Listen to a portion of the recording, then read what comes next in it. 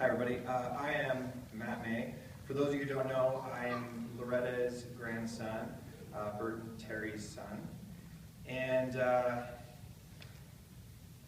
Loretta brought my sister and I here to this very building for the first 18 years of my life.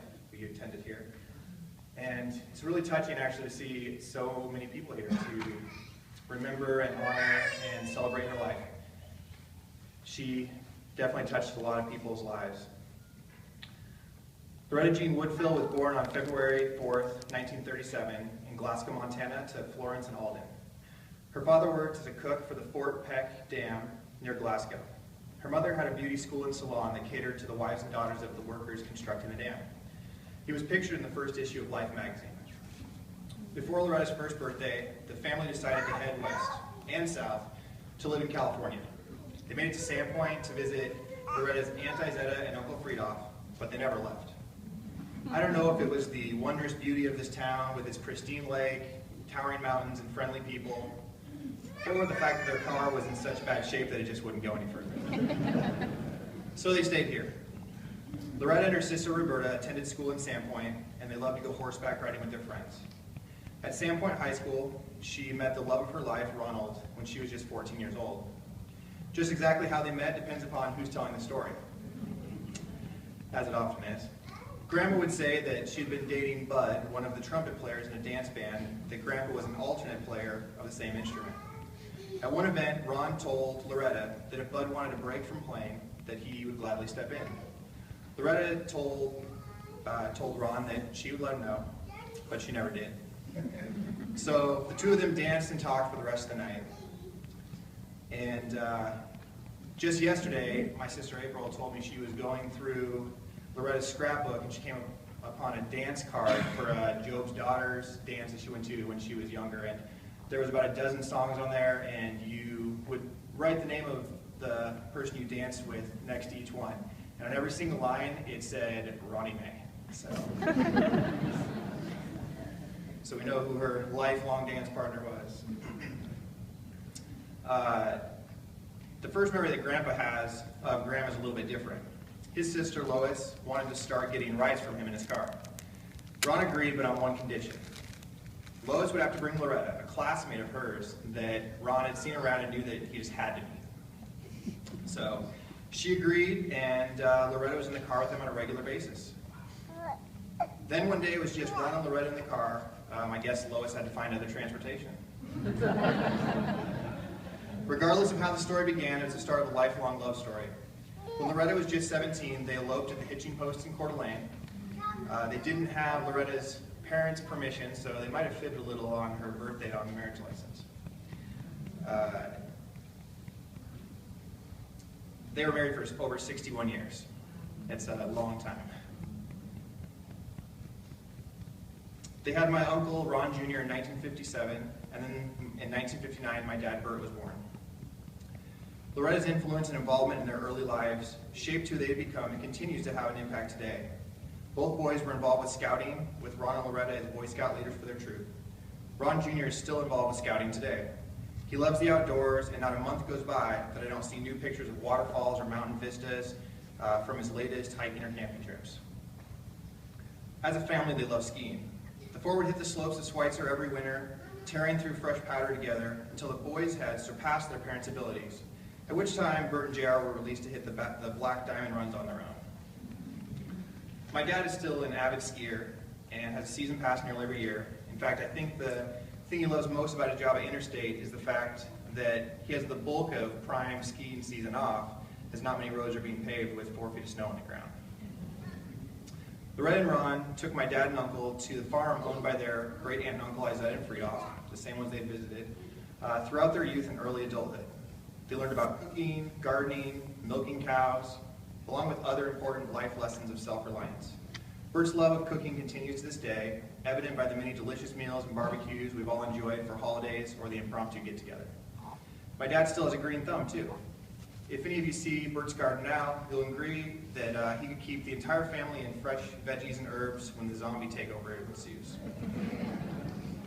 Loretta worked at Bank of America and then attended beauty school. She worked and taught at her mother's salon for years. Ron and Loretta owned their small business, a gravel and trucking company, for nearly 30 years. I'm sure many of you had him come out and help your driveway. Ron and Loretta spent a lot of time with their 8 grandchildren. In the early years, Dan, April, and I would spend plenty of weekends at their house in Colburn. We loved to run around outside on their property until Grandma would call us over the intercom at the downstairs door, telling us it was time to come inside. Now, we were nowhere near the downstairs door, but I can still hear her voice traveling over that distance. Matt, Dan, April. We always came running. Waiting for us was a delicious dinner of chicken and dumplings or tamale pie, followed by swimming in their indoor pool. Now, we had to wait 30 minutes after tamale pie, of course, before we could swim. That's just the rules. Grandma used to do laps by walking the perimeter inside the pool, and this would cause a pretty strong current after she really got going. The 3 of us loved to hitch a free ride in the wake she left behind. It was always like that with Grandma. She was blazing a trail, setting an example for us that would carry us through life in much the same way. We learned the importance of traditions and kindness. Every year on May 1st, we would make flower baskets and leave them on the door steps of random family members, friends, and acquaintances. We would knock on the door and then run away. I guess that was my first introduction to Ding Dong Ditch. I always thought we celebrated May Day because of our last name.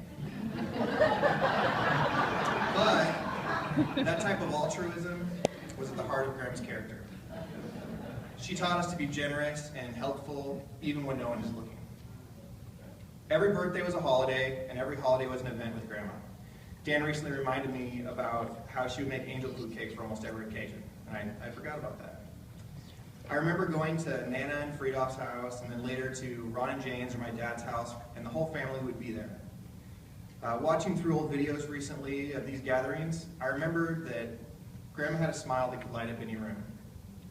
And when she would laugh, that half giggle, half muted cackle, you couldn't help but be infected by that joy.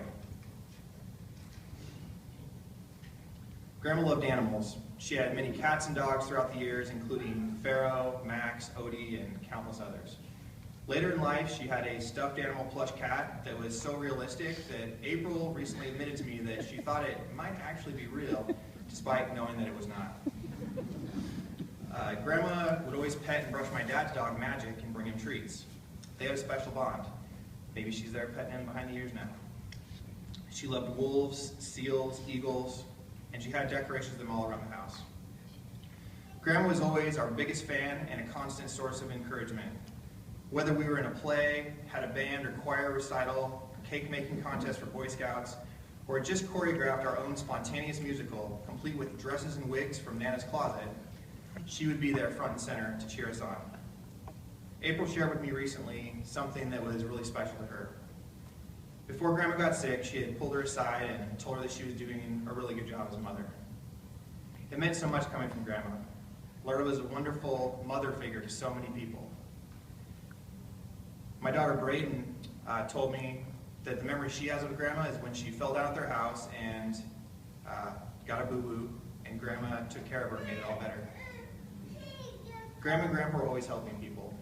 I'll bet that almost everyone in this room has been touched by their generosity and kindness more than once. Every year, they would pile all of us into the car, Dan, April, Robin, Chris, Liz, and I, and take us on a special trip to Spokane or somewhere else.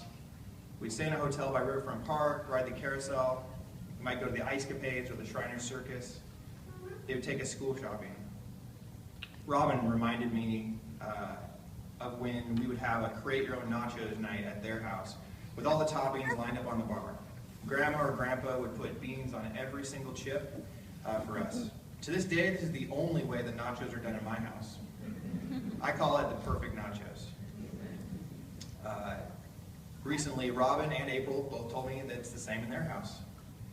April remembers having breakfast for dinner. Waffles, which was a slice of bread dipped in the batter and put in the waffle iron with a piece of bacon right across the top. And the rules were you could have either peanut butter or butter and jam or syrup on each waffle, but not both. My favorite was when we got to each pick out our own Totino's party pizza, and then it was a real pizza party. Grandma was always making every day something special and fun. When Grandma and Grandpa celebrated their 50th wedding anniversary, Grandma wanted to have a Hawaiian-themed luau. So Grandpa said, let's go for it. Lucille and Ned Davis said that they could have it at their house, and they convinced my dad to do most of the cooking. There were Hawaiian hats and leis and Hawaiian flowers. The whole family was there, and everyone was wearing a Hawaiian shirt or Hawaiian dress. It was truly a beautiful celebration. The most beautiful thing I remember from that day was Grandma and Grandpa looking into each other's eyes. Grandma with that smirking smile, and Grandpa smiling right back at her. It was like they were two teenagers in love with butterflies in their stomach, even though they'd been together for more than 50 years at that point. Looking around the world today, it's hard to believe that a lasting love like theirs can truly exist. Grandma and Grandpa were a shining example to me that enduring love is possible. Whether I was sitting in the back seat of the green Buick LeSabre and saw Grandma reach over and hold Grandpa's hand on the middle console, or observe them sharing a Pepsi, we all know how much Grandma loved her Pepsi. Their love and devotion to each other was something tangible. They kissed each other every time one would leave and always said, I love you, Ron. I love you, Retta. I know that these are simple things, but from them I learned that the small things matter to building a relationship that can